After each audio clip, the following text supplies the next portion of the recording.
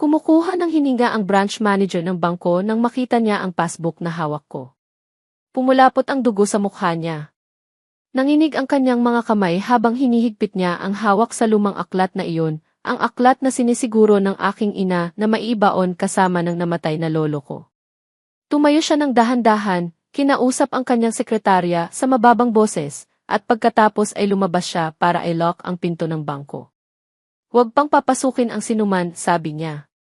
At tawagan ninyo ang abogado ng bangko ngayon. Tiningnan niya ako tulad ng isang taong hawak ang buhay na granada, hindi isang luma at sira-sirang passbook na itinapon ng sariling ina ko sa basurahan kahapon, tinatawag itong walang kwentang kalat. Ang tawag niya, basura. Ang tawag ng lolo ko sa kanya, ang tanging pag-asa. Ang pangalan ko ay Daniela Reyes. 28 akong taong gulang. Guro ako sa elementarya sa isang paaralang publiko sa Pasig City. Grade 3 Mabini, 26 na bata, mababa ang sweldo, pero mataas ang puso. Hindi glamoroso ang buhay ko. Sumasakay ako ng biye tuwing umaga. Nagdadala ng baon para makatipid. Ang cellphone ko ay ilang taon na, bitak ang salamin at nanginginig na ang baterya. Kasama ko ang aking anak na si Sofia, 6 na taong gulang, noon pa man gustong-gusto ang magguhit ng mga bahay. Hindi matanda, hindi bata, lagi siyang gumaguhit ng malaking bahay na may bakuran at bulaklak. Para sa atin, mama, lagi niyang sinasabi. Pinipigilan ko ang luha tuwing marinig ko iyon. Mag-isa akong nagpapalaki sa kanya sa isang maliit na apartment sa Mandaluyong. 2 kwarto, 1 banyo, at isang kisam na nagtatago ng mga pag-asa namin. Hindi perpekto, pero amin iyon. Lumaki kami sa ilalim ng pamamahala ng aking ina, si Marivic Santos Reyes. Kung may isang bagay na natutunan ko sa kanya, ito ay ang huwag umiyak sa harapan ng tao, at ang mag-ingat sa mga taong ngumingiti ng masyadong malawak. Hindi ko alam na ang mga araling iyon ay magiging sandata ko balang araw, laban sa kanya mismo. Nagsimula ang lahat sa kamatayan ni Lolo Erning. Si Lolo Ernesto Reyes ay nagtatrabaho bilang bookkeeper sa loob ng 40 taon. Maayos, matyaga, matalino. Ang mga numero ay wika niya, makakakita siya ng mga kwento sa loob ng isang ledger na hindi makikita ng iba. Nagretiro siya ng may dignidad sa kanyang maliit na bahay na ancestral sa Lipa, Batangas, isang lumang bahay na may malawak na bakuran, puno ng mangga at hardin ng ampalaya at kamatis.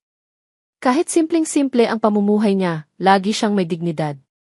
2 linggo bago siya namatay, binisita ko siya sa Lipa. Mahina na ang katawan niya, pero mapurol pa rin ang kanyang mga mata. Hawak-hawak niya ang aking kamay ng mahigpit, hindi inaasahang lakas para sa isang matandang lalaki. Daniela, bulong niya. Sa aking silid-aklatan.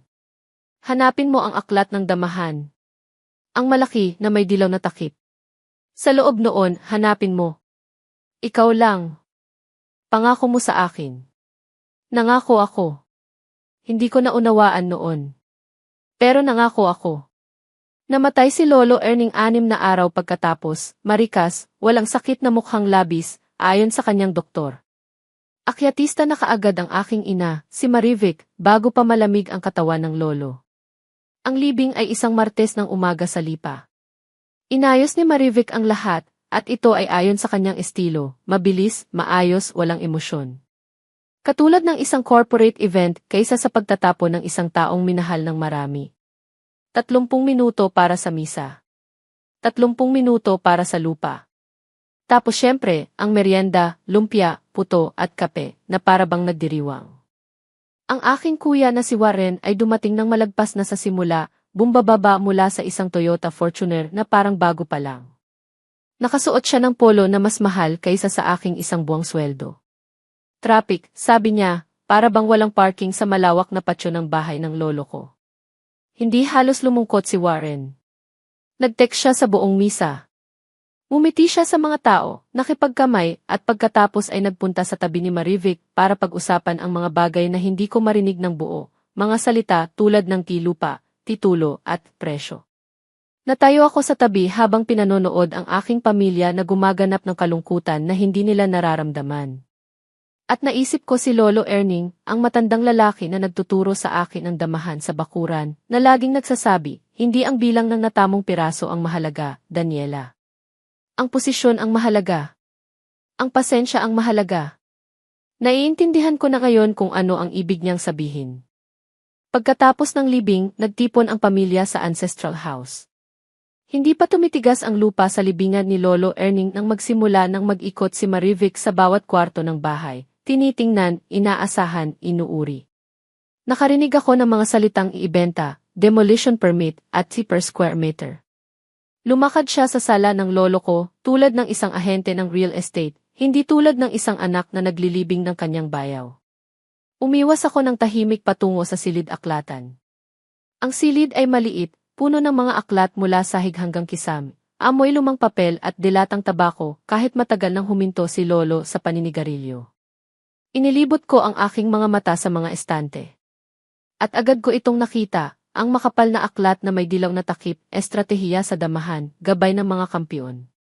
Ito ang paboritong aklat ni Lolo, pag-usapan namin ang mga posisyon sa loob nito ng daan-daang beses. Hinila ko ito mula sa estante. Mabigat ito, hindi dapat ganito kabigat. Nang buksan ko ito, huminto ang aking puso. Hinukay ang mga pahina. Sa loob ng isang rektangular na butas sa gitna ng aklat, nakahiga ang isang lumang passbook, tila gawa sa katad, lumabok na ang mga gilid, tulad ng bagay na natagpuan mo sa isang antique store sa Divisoria. Mukhang napakatanda nito. Pero may kakaibang pakiramdam sa aking mga kamay. Inilabas ko ito at lumakad patungo sa sala, gustong ibahagi ang natuklasan ko. Pagkatapos kong makita ang mukha ni Marivic, sana ay nanatili na lang ako sa silid-aklatan. Bago ko pa makapagsalita, nakita niya ang passbook sa aking kamay. Pumanaw ang kulay ng kanyang mukha, para bang nakakita siya ng multo. 3 hakbang lang, agad niya itong sinunggaban mula sa aking kamay, binalingan ito ng 1 segundo, at itinapon sa basurahan sa kusina. Basura iyan, sabi niya, matigas ang boses. Lumang account na matagal nang sarado. Huwag kang manghukay ng mga bagay na hindi mo pag-aari. Hindi ito maganda, Daniela. Tumawa si Warren mula sa sala. Lagi ka talaga, sabi niya. Pero sa sandaling iyon, nakita ko ang tingin nilang dalawa. Maikli, halos hindi ka pansin-pansin. Pero nakita ko iyon.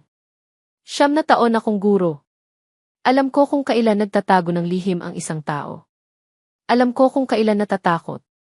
Gabi na nang umuwi ako sa Mandaluyong. Natulog na si Sofia, nagdadala pa rin ang kanyang maliit na sketchpad sa kama, puno ng mga guhit ng bahay na may bakuran. Umupo ako sa sala namin, nakatutok sa kisam, at hindi makatulog. Laging iniisip ko ang reaksyon ni Marivic.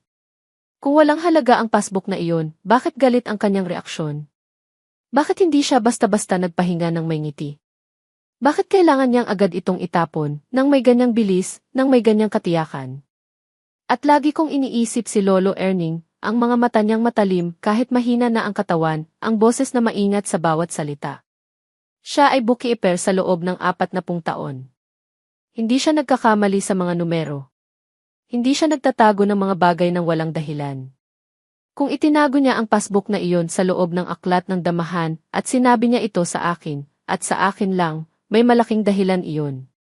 Narinig ko na ang isang prinsipyo mula sa mga guro ko sa kolehiyo. Ang mga taong walang tinatago ay hindi galit kapag may katanungan.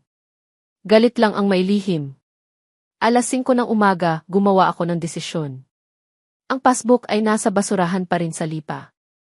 Ito ay Martes ng gabi, malayo pa ang koleksyon ng basura. Maaga pa. Kaya pumunta ako.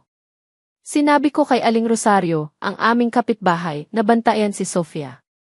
Maamo itong babae, laging handa sa ganitong sitwasyon. Sumali na ako sa aking sasakyan, isang lumang Honda Civic na nalulugi na ang aircon, at nagmaneho patungong lipa. 2 oras ang biyahe. Tahimik ang Star Tollway sa madaling araw. Wala akong pinatugtog na musika, kailangan ko ng katahimikan para makapag-isip ng maayos. Iniisip ko ang lahat ng natutunan ko tungkol sa aking pamilya. Sa loob ng maraming taon, sinabihan ako ng aking ina na hindi ako magtatanong ng masyadong marami. Hindi maganda ang maingay na babae, lagi niyang sinasabi. Huwag kang mapakialamin. Pero noong bata pa ako, natutuhan ko na ang katahimikan ay hindi palaging karangalan, minsan, ito ay takot. Hindi na ako matatakot ngayong gabi. Dumating ako sa lipa ng alas 5:30 ng umaga. Madilim pa rin ang langit, kulay abo ang ulap sa silangan. Walang ibang sasakyan sa harap ng bahay ng lolo ko. Perpekto. Kinuha ko ang spare key mula sa ilalim ng ikatlong baitang ng hagdan. Alam ko ang lugar na ito dahil iyon ang lihim ni lolo na ibinahagi niya sa akin noon. Dahan-dahan kong binuksan ang pinto. Tahimik ang bahay, amoy ng lumang kahoy at pabango ng lolo na pinaod. Diretso ako sa kusina. Ang basurahan ay nandoon pa, malaking puting timba sa sulok. Binukas ko ito at nagsimulang humanap. Andoon ang mga natirang pagkain mula sa merienda ng libing, lumping luma, tasa ng kape, papel na napkin. At sa ibaba ng lahat, natagpuan ko ang passbook. Nilinis ko ito gamit ang aking damit. Tahimik na binuksan. Ang cover ay lumang katad, maliwanag na kulay kayumanggi na naging kulay kape sa pagsabog ng panahon. Pero nang buksan ko ang unang pahina, nakita ko agad ang pagkakaiba. Ang numero ng account ay masyadong mahaba para sa isang lumang passbook. Masyadong modernong format. At pagkatapos natagpuan ko ang papel. Nakatiklop ng maliit, nakasiksik sa tabi ng gilid ng passbook, papel na may sulat kamay ni Lolo Erning. Kilala ko ang kanyang sulat kamay, maayos, patay-patay ang tinta, tulad ng isang taong sanay sa ledger. Dahan-dahan kong binasa. Account number, 7741002288. Hindi nila alam ang tungkol sa ito. Humingi ng buong kasaysayan ng account. Huwag magtiwala sa sinuman sa pamilya. Ikaw lang, Daniela. Tapusin mo ang hindi ko natapusin. Binasa ko ito ng 3 beses. Hindi nila alam. Kahulugan, si Marivic. Kahulugan, si Warren. Nagtago si Lolo ng lihim sa kanyang sariling pamilya. At pinagkatiwalaan niya ako lang, na hanapin ito. Kumuha ako ng litrato ng lahat gamit ang aking cellphone. Ang passbook, ang sulat, ang numero ng account. I-upload ko agad sa Google Drive. Natutunan ko iyon bilang guro, ang mahalaga ay hindi lang ang itinatago, kundi ang kung nasaan ang kopya nito.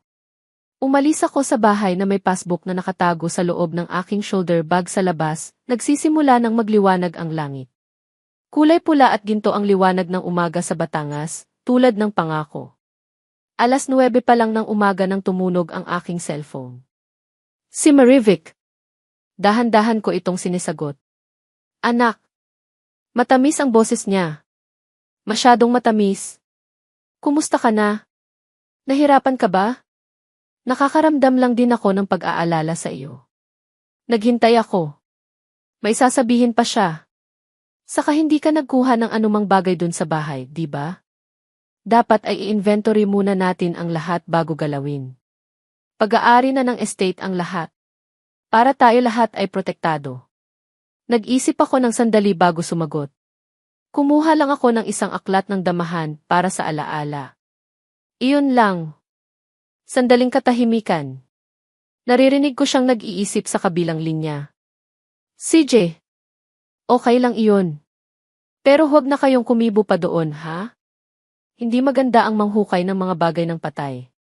Masakit sa loob. Pagkatapos, narinig ko ang kanyang boses na bumaba ng bahagya.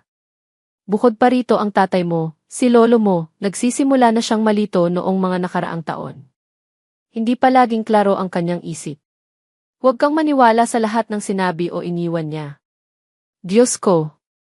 Ginagawa na niya ito, sinisigurado na niya na ang anumang matuklasan ko ay hindi mapaniwalaan. Nagpaalam ako ng maayos at ibinaba ang tawag. Alas 7 ng gabi, si Warren naman ang tumawag. 9 na buwan mula nang huling makipag-usap sa akin ang kuya ko, ngayon, biglang may pakialam sa aking kalagayan. Kamusta ka na, Dan? Masaya ang boses niya. Mabigat ang nangyari. Pero bahagi ng buhay. Anyway, sinabi ni Mama na alam mo naman ang mangyayari sa bahay ni Lolo, di ba? Kami na ang bahala.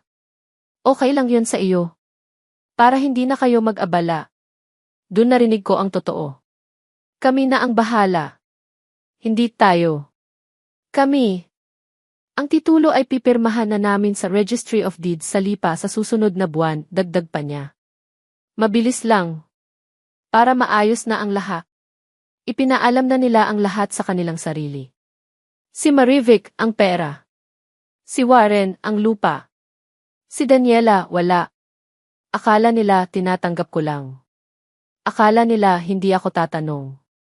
Pagkatapos ng tawag, kumuha ako ng papel at nagsulat ng buong nilalaman ng dalawang tawag na iyon, oras, salita, tono.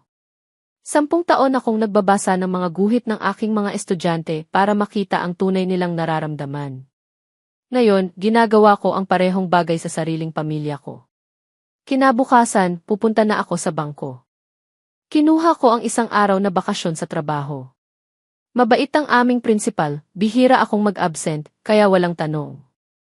Isinama ko si Sofia sa nanay ng aking kaibigan at nagmaneho patungong Lipa. Ang Rural Bank ng Lipa, Batangas ay isang 2 palapag na gusali sa may sabang, malapit sa palengke. Pamilyar ang lugar sa akin, dating pumupunta kami doon kasama si Lolo Erning tuwing magbabayad ng buwis ng lupa. Hindi ko inasahan na magbabalik ako dito na may dalang lihim na passbook at puso na puno ng pangamba. Pumasok ako ng alas 9:30. Nagdala ako ng passbook, ng aking ng death certificate ni Lolo Erning, at ng isang affidavit na nagpapatunay na ako ay apo niya. Binalaan ko ang sarili ko, siguro ay walang laman ang account na ito. Siguro ay matagal nang sarado. Siguro magsasayang lang ako ng araw. Ang bata pang teller, si Roselle ang nakasulat sa nameplate, ay ngumiti sa akin nang lumapit ako. Kinuha niya ang passbook, binasa ang numero at pinasok sa kanyang computer. Nawala ang ngiti. Nagdahilan siya at pumunta sa loob ng opisina. 20 minuto akong naghintay sa lobby. Napagmasdan ko ang lahat ng detalye ng bangko, ang lumang air conditioning unit, ang poster ng agricultural loan, ang mga matandang babae na nagbabayad ng amortisasyon. Nagsimula akong mag-alinlangan. Siguro ay tama si Marivic. Siguro ay wala talaga itong silbi. At pagkatapos ay lumabas ang isang lalaki sa mahal na barong Tagalog. Matangkad, anitong buhok, maayos ang presensya. Ginang Reyes, sabi niya. Si Teodoro Campos po ako, ang branch manager. Pwede po ba kayong sumama sa aking opisina? Hindi kailanman magandang balita ang pwede po ba kayong sumama sa aking opisina? Pero sumama ako. Pumasok kami sa isang malaking silid sa likod ng bangko. Sarado ang pinto. Umupo siya sa likod ng mesa at kinuha muli ang passbook mula sa akin. Tinitingnan niya ito ng maingat, tulad ng isang eksperto na tinitingnan ang isang natuklasang artefact. Huminga siya ng malalim. At mula sa kanyang drawer, kumuha siya ng papel at ballpen. Nagsimula siyang sumulat ng isang numero. Iniabot ni Ginong Campos ang papel sa akin, nakasulat ang isang numero. 12,147,500.00. Nagmistulang huminto ang mundo. 12,847,500 piso. Ang lolo ko, na akala ng lahat ay mahirap, na nagtitipid ng kaunting ulam araw-araw, na nagsusuot ng parehong puting polo sa loob ng 10 taon, ay may 12 milyon sa isang account na hindi alam ng kahit sino. Nag-alok sa akin si Ginong Campos ng tubig. Tinanggap ko. Kailangan ko talaga noon. Ang account na ito ay binuksan noong taong 2012, paliwanag niya. Compound interest savings, hindi ginagalaw sa loob ng 11 taon. Ginagamit ng account holder ang lumang format ng passbook bilang panlabas na takip para hindi ito mukhang modernong account. Maingat na ginawa iyon. Natawa ako ng tahimik. Lolo Erning at ang kanyang mga estratehiya. Pero may isa pa pong kailangan ninyong malaman, patuloy ni Ginong Campos. Noong 2016 na, may nagtangkang mag-access ng account na ito. May dalang special power of attorney na may pirma ng account holder. Pero ang aming verification system ay may nakitang pagkakaibang di mapapaniwalaan sa mga dokumento. Ang pirma ay hindi tugma sa aming mga nakatalang pirma ng account holder. Ang access ay tinanggihan. At ang pagtatangkang iyon ay naitala sa aming sistema ng seguridad. Naramdaman ko na nanlamig ang aking mga kamay. Sino? Tanong ko, kahit alam ko na ang sagot. Tumingin si Teodoro Campos sa kanyang papel. Ang nagtatangkang mag-access ay si Ginang Marivic Santos Reyes. Ang aking ina. Ang aking ina ay nagtangkang magnakaw ng account na ito 10 taon na ang nakakaraan. Nabigo siya. Pero nagtangka siya. Tumawag si Ginong Campos ng abogado ng bangko, ng kanilang security division, at pagkatapos ay ng 2 empleyado mula sa compliance department. Ilang oras ang lumipas. Natuklasan ang mas marami pang account na pinamamahalaan ni Lolo Erning noon, at ang mga ito ay unti-unting nawala sa pagitan ng 2013 at 2016 na. Transfer dito, withdrawal doon, dahil document na tila totoo pero peke ang perma. Ninakaw ng aking ina ang mga ipon ng aking lolo. Hindi minsan. Hindi 2 beses. Sistematiko, maingat, matagal na panahon. At ang pinakamasaklap, ginawa niya ito habang nagpapanggap na mapagmahal na tagapag-alaga. 3 araw pagkatapos ng aking pagbisita sa bangko, tumunog ang aking cellphone habang nagtatayo ng linya ng mga bata sa bakuran pagkatapos ng recess. Numero na hindi ko kilala pero sinagot ko pa rin. Daniela Reyes? Matanda ang boses pero matatag. Ako po si Atty. Lorenzo Villanueva. Abogado at kaibigan ni Ernesto Reyes sa loob ng 30 taon. Binigyan niya ako ng malinaw na instruksyon, kapag namatay na siya, makipag-ugnayan sa inyo. Ikaw lang. Walang iba sa pamilya. Umalis ako sa paaralang ilang minuto, nagturo ng ibang gawain sa aking mga bata, at tumawid sa maliit na parke sa kabilang kanto para makausap ang matandang abogado ng may katahimikan.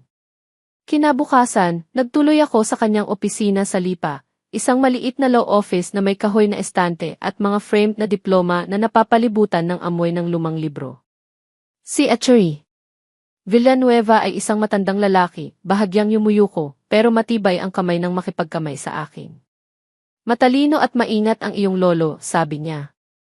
Nang lumapit siya sa akin noong 2020 at ikinuwento ang nangyayari, agad ko siyang pinaniwalaan. Si Ernesto ay hindi nagbibigay ng akusasyon ng walang ebidensya. Inilapag niya sa mesa ang isang makapal na folder. Nakasuot ito ng plain na Manila envelope, nakatali ng rubber band, at sinilyuhan ng transparent tape. 4 na taon siyang nagtipo ng lahat ng ito, sabi ni Atty. Villanueva. Dahil alam niya na habang siya ay buhay, walang maniniwala sa kanya. Kaya naghanda siya para sa pagkatapos. Binuksan ko ang folder nang nanginginig ang mga kamay. Sa loob nito ay lahat ng kailangan, mga kopya ng peking special power of attorney, nakalagay katabi ang mga tunay na pirma ni Lolo para ipakita ang pagkakaiba. Ang mga loob ng mga titik ay masyadong perpekto. Ang presyon ng panulat ay kahina-hina. Nag-trace ng pirma ang aking ina mula sa mga dokumento na hawak niya noon at ginawa niya ito ng sapat na tanda para lokohin ang karamihan, ngunit hindi ang verification system ng bangko at hindi ang isang bookkeeper na gumugol ng 40 taon sa paghahanap ng mga pagkakamali sa mga numero. Mayroon ding mga bank statement, transaction records, at isang maingat na listahan sa sulat kamay ni Lolo Erning ng bawat kahina-hinalang withdrawal, araw, halaga, bangko, at mga naunawaan niyang dahilan ng pagkuha. Sa pinakailalim ng folder may isang sealed na sobre. Nakasulat sa harap para kay Daniela. Buksan mo lang ito. Binuksan ko ito ng maingat, tulad ng pagbubukas ng lumang sulat na matagal nang hinihintay. Isang notarized na sinumpaang pahayag, may petsang Oktubre 2022. Sulat kamay ni Lolo Erning, 7 pahina, maingat na nakasulat. Binasa ko ito ng dahan-dahan. Sa bawat linya, naririnig ko ang boses niya, matanda, pagod, pero hindi pa sumuko. Isinulat niya ang lahat. Paano naging tagapag-alaga si Marivic pagkatapos mamatay ang kanyang anak na lalaki, ang aking ama, noong 2009? Paano unti-unting kinontrol ng aking ina ang kanyang buhay, ang kanyang telepono, ang kanyang mga bisita, ang mga doktor na dumadating? Paano nilantaran sa mga doktor na siya raw ay nagpapakita ng senyales ng pag-aalsa ng isip, dementia, sabi nila, kahit hindi ito totoo? Paano ginamit ang mga peking ECA para alisin ang kanyang pera, hindi isang beses, kundi ng paulit-ulit, taon-taon? At paano niya natuklasan na kasabwat pati si Warren, ang kanyang sariling apo na lalaki, na nagtatayo ng isang dummy corporation para linisin ang mga perang ninakaw mula sa kanya? Ang huling talata ng pahayag ay nagpabagsak sa lahat ng aking depensa. Ako, Ernesto Reyes, ay nasa tamang pag-iisip. Malinaw ang aking isipan at tapat ang aking layunin. Iniwan ko ang lahat ng ebidensyang ito para sa aking apo na si Daniela, sapagkat siya lang ang nag-aalaga ng katotohanan sa aming pamilya. Siya lang ang palaging nagtatanong ng mga tamang tanong kahit walang nagbibigay ng tamang sagot. Kung nakakabasa ka nito, Daniela, tapos na ang paghihintay. Tapusin mo ang hindi ko natapusin. Ang katotohanan ay mapagpasensya. Mas matagal itong maghintay kaysa sa sinumang kasinungalingan. Umiyak ako sa opisina ni Atty. Villanueva. Hindi sa kalungkutan, iyak ito ng pagkilala. Ng pag-unawa. Ng awa para sa isang matandang lalakong mag-isang lumaban sa gitna ng kanyang sariling tahanan, na pinagkatiwalaan ang kanyang apo na makatarungan ang mga bagay na hindi niya nagawa nang siya ay buhay pa. Siya ay hindi nagkukwento ng ilusyon. Siya ay nagtatayo ng kaso. Ang Detective Teresita Javellana ng FBI Financial Crimes Division ay isang babae sa kanyang 40 taon, maikli, maayos ang buhok, may tingin na parang nakakakita siya ng bagay na hindi mo nakikita. Nagtrabaho siya ng 15 taon sa financial fraud cases, at nang sabihin ko sa kanya ang buong kwento, ang passbook, ang bangko, ang folder, ang pahayag, hindi siya nagulat. Nakita ko na ito ng maraming beses, sabi niya. Ang mga biktima ay laging nasa ganitong sitwasyon, umaasa sa mga taong nagnanakaw sa kanila. Mahal ang mga nagpapaloko sa kanila. At kapag nagsalita sila, walang naniniwala. Maingat na tinanggap ng SB ang lahat ng ebidensya. Ang mga record ng bangko. Ang folder ni Lolo Erning. Ang essay documents at ang forensic handwriting analysis na nagpapatunay na ang mga pirma ay peke. Ang lahat ng ito ay malinaw na nagtuturo sa isang direkyong iyon, elder financial abuse na sistematikong ginawa ng mga miyembro ng pamilya. Pero hindi doon natigil ang investigasyon. 3 linggo pagkatapos ng aking unang pakikipag-usap sa Detective Javellana, tumawag siya sa akin na may bagong impormasyon. Natuklasan namin ang isang korporasyong nairehistro sa Right Holdings and Properties, Inc. Sa pangalan ng iyong kapatid na si Warren Reyes, sabi niya. Ang mga record ng bangko ay nagpapakita ng ilang malalaking transaksyon sa pagitan ng account na kontrolado ng iyong ina at ng account ng korporasyong ito sa loob ng 3 taon. Ang kabuuan ay umabot sa halos 3 milyong piso. Ito ay tinatawag naming money laundering. Nakatayo ako sa labas ng paaralan, nagsasalita sa telepono, habang ang aking mga bata ay nagtatampisaw sa ulan sa gilid ng pinto. Noon ko naunawaan na hindi lang isang tao ang kalaban ko. Si Warren ay hindi kasabwat mula sa labas. Siya ay kasosyo sa loob. Kasabay ng investigasyon ng SB, nakipagtulungan ang bangko sa mga ahensya ng gobyerno, ang BFIS, para sa tax implications, ang Registry of Deeds, para sa mga pagtatangkang ilipat ang titulo ng lupa ng lolo ko. Natuklasan din na si Marivic ay nagsampa ng petisyon para ideklara si Lolo Erning na incompetent noong 2013 na siyang nagbigay sa kanya ng legal na otoridad para kontrolin ang kanyang mga pag-aari. Ang hukuman ay pinagbibigyan siya ng otoridad. Ginamit niya ito para magnakaw. Sa loob ng halos 2 buwan, ginawa ko ang pinakamahirap na bagay sa aking buhay, nagkunwari akong wala akong alam. Sabik na abiso ng warrant of arrest ang hinihintay ng FBI bago gumawa ng hakbang. Samantala, kailangan ko na lumabas sa pamilya ng normal para hindi matuklasan ni Marivic at Warren na papalayo na ang batas sa kanila. 1 linggo, imbitado kaming lahat sa Lipa para sa isang key family lunch na inayos ni Marivic. Dumating si Warren sa kanyang Toyota Fortuner, kumakain ng lechon na tila walang alalahanin. Nagiti si Marivic sa akin, naghingi ng adobo, nagkwento ng mga chismis sa kapitbahayan. At ako. Ngumiti rin ako. Kumain. Nagsalita tungkol sa paaralan. Pinakita ko ang mga guhit ng bahay ni Sofia. Pinahawak ko kay Marivic. Napakagaling ni Sofia, sabi ni Marivic, nakangiti sa mga guhit. Siguradong may kinabukasan itong bata. Napilit ang aking mga labi na ngumiti. Sa loob ko, isang bagay lang ang aking naririnig, ang boses ni Lolo Erning. Ang pasensya ang pinakamatalas na sandata, Daniela. Noong isang hapong iyon, habang nanonood si Warren ng basketball sa sala at naghugas si Marivic ng pinggan, pumunta si Sofia sa tabi ko at ipinakita ang kanyang pinakabagong guhit. Isang malaking bahay, may bakuran, may puno ng mangga sa tabi. Para sa atin, Mama, sabi niya. Para sa atin at kay Lolo Erning. Halos bumuhos ang aking luha. Pero pinigilan ko. Hindi pa panahon. Kinagabihan, habang nagmamaneho kami pauwi sa Mandaluyong, natanggap ko ang mensahe mula kay Detective Javellana. Handa na ang mga warrant. Magsaayos ka. Sa Huwebes ng umaga, alas 7. Ilang minuto akong nanatiling nakatigil sa gitna ng traffic ng Skyway. Nagtingin ako sa salamin at nakita ang mukha ng aking anak na tulog sa likod na upuan, yakapin-yakap ang kanyang sketchpad. Tulad ng parang bumangon na sa akin ang lahat, ang kalungkutan, ang galit, ang katarungan. Hininga ko ng malalim. Huwebes na. Alas 7 ng umaga ng Huwebes, sabay-sabay ang dalawang pangyayari sa dalawang lugar. Sa Lipa, Batangas, pumasok ang 3 LB agent sa bakuran ng Ancestral House. Kumatok sila sa pintuan. Pagkatapos ng ilang minuto, binuksan ito ni Marivic, nakasuot ng duster, gulo-gulong pa ang buhok, may hawak na tasa ng kape. Nang makita niya ang mga badge, nawala ang kulay ng kanyang mukha.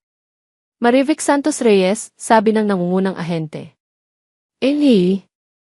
Inaresto kayo sa paratang ng elder financial abuse, forgery ng official documents, at estafa qualified. Mayroon kayong karapatan na manahimik at karapatang magkaroon ng abogado. Nalaglag ang tasa ng kape. Nagkalat ang mainit na kape sa semento ng bakuran. Hindi ito napansin ni Marivic, nakatutok siya sa mga posas na isinuot sa kanyang mga kamay. Sa Makati, halos sa parehong oras, pumasok ang 2 LB agent sa opisina ni Warren Reyes sa Legazpi Village. Nasa gitna siya ng isang client meeting nang binuksan ang pinto ng boardroom. 3 tao ang nanonood, mga kliyente, mga kasamahan, habang binasa ng agent ang warrant ng pag-aresto. Ayon sa isa sa mga saksi na kalaunan ay nagkwento sa isang mutual na kaibigan namin, huminto lang siya sa pagsasalita. Tinanghal. Tapos naman ang lahat. Tinawag niya ang kanyang private lawyer, bago pa man maabot ng mga posas ang kanyang mga kamay. Pero kahit gaano kamahal ang abogado, walang makakatawid ng alon na nagsisimula ng mabuo laban sa kanya. Natanggap ko ang mensahe mula kay Detective Javellana nang naroon pa ako sa paaralan, nagtuturo ng pagbabasa sa aking mga grade 3. Successful ang 2 pag-aresto. Nandoon na sila sa Kengie, Batangas at Denbie, Manila. Kaya ka na ngayong huminga. Lumabas ako ng ilang sandali sa koridor, nakakatawang umiiyak sa labas ng silid-aralan ng grade 3 Mabini. Narinig ko ang ingay ng mga bata sa loob, ang kanilang pagtawa, ang kanilang sigaw, ang walang muwang na buhay ng mga 6 na taong gulang. Akala ni Sofia, nagtatrabaho lang ako. Akala ng mga bata ko, normal lang ang araw. Pero sa loob ng aking dibdib, sa wakas, ang katarungan ay nagsimula ng humakbang. Ang kaso ay isinampa sa Regional Trial Court ng Lipa City. Mahaba ang proseso, halos 7 buwan ng preliminary investigation, filing ng charges, at hearing. Nagbigay ang bangko ng lahat ng record bilang key exhibit. Ang folder ni Lolo Erning, ang notarized na pahayag, ang forensic handwriting analysis, lahat ay naging bahagi ng formal na ebidensya. Si Warren, sa paniwala niyang magiging mas mabilis ang proseso kung saksi siya laban sa kanyang ina, ay nagtangkang makipag-negotiate sa prosecutor. Sinabi niyang ibibigay niya ang lahat ng impormasyon tungkol kay Marivic kapalit ng mas magaan na sentensya. Ang public prosecutor ay tumanggi. Ang parehong akusado ay may sapat na ebidensya laban sa kanila, sabi ng prosecutor. Hindi na namin kailangan ang inyong kooperasyon. Ang testimony ng mga doktor na nagpaliwanag na ang di-umano'y dementia ni Lolo Erning ay wala sa medical na record. Ang mga dokumento na nagpapahayag na siya ay incompetent ay batay sa mga ulat na isinulat ng isang doktor na kalaunan ay natuklasang may malapit na relasyon kay Marivic. Ang court case ay naging isang mapait na 6 na buwang proseso. Dumalo ako sa bawat hearing, nakasuot ng simpleng damit panuro, nagtataas ng baba, nagtitiyak na naroon ang aking katawan kahit minsan ay gustong tumakas ng aking kalooban. Isa sa mga pinakamaingat na sandaling nag-testify ang matandang manager ng bangko, si Teodoro Campos mismo, at ipinaliwanag ng malinaw sa harap ng korte ang lahat ng natuklasan nila, ang peking isi, ang failed na access noong 2016 na, ang maingat na passbook na itinago ni Lolo Erning. Nang marinig ng hukom ang lahat, wala siyang hinintay pang matagal para mag-deliberate. Isang Martes ng Nobyembre, binasa ng Honorable Judge Carmela Adriano ang desisyon. Nagpapatunay ang korte na nagkasala si Marivic Santos Reyes sa paratang ng elder financial abuse, forgery at qualified estafa. Siya ay hinatulan ng 7 taon na pagkakakulong sa Bureau of Corrections, kasama ang pagbabalik ng lahat ng nakuha at ang kaukulang multa. Nagpapatunay din ang korte na nagkasala si Warren Reyes sa paratang ng money laundering at pandaraya. Siya ay hinatulan ng 3 taon na pagkakakulong, kasama ang full restitution. Naroon si Sofia sa gallery, hawak ko ang kanyang kamay nang binasa ang hatol. Wala siyang naunawaan sa mga salita. Pero naunawaan niya ang aking mukha. Okay na tayo, mama, tanong niya. Okay na tayo, sagot ko. Matapos ang lahat, matahimik na ang buhay ko, ngunit mas maliwanag. Ang kabuang halaga ng estate ni Lolo Erning, matapos ang lahat ng legal na proseso at ang paglikwida ng mga asset ni Marivic at Warren para bayaran ang restitution, ay umabot sa humigit kumulang 14 na milyong piso.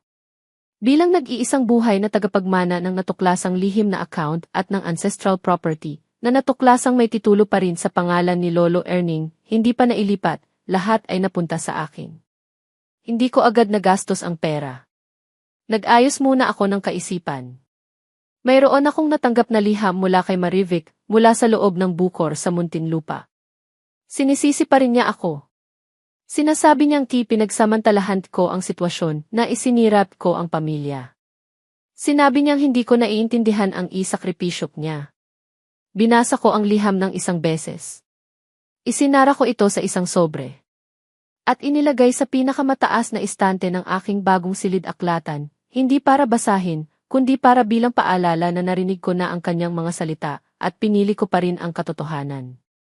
Huminto na ako sa pagtuturo sa pampublikong paaralan, hindi dahil ayaw ko na, kundi dahil binuksan ko ang sarili kong maliit na school supply at bookstore sa isang maliit na espasyo sa San Juan, Metro Manila.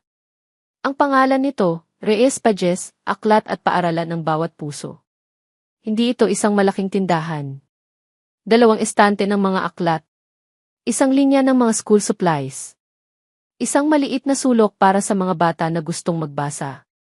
At sa pinakadulo ng tindahan, isang lumang mesa ng damahan, ang parehong mesa na ginamit namin ni Lolo Erning sa bakuran ng kanyang bahay sa Lipa.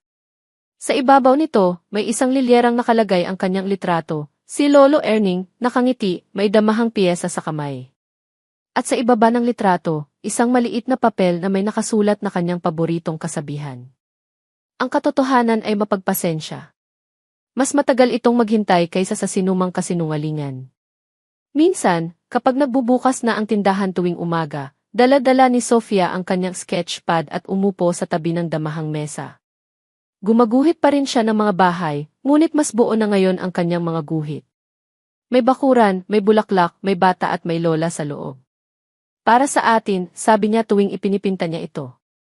Para sa atin, at para sa isang matandang lalaki na nagtago ng lihim sa loob ng isang lumang passbook, nagtiwala sa tamang tao, at naghintay ng may ganap na pasensya.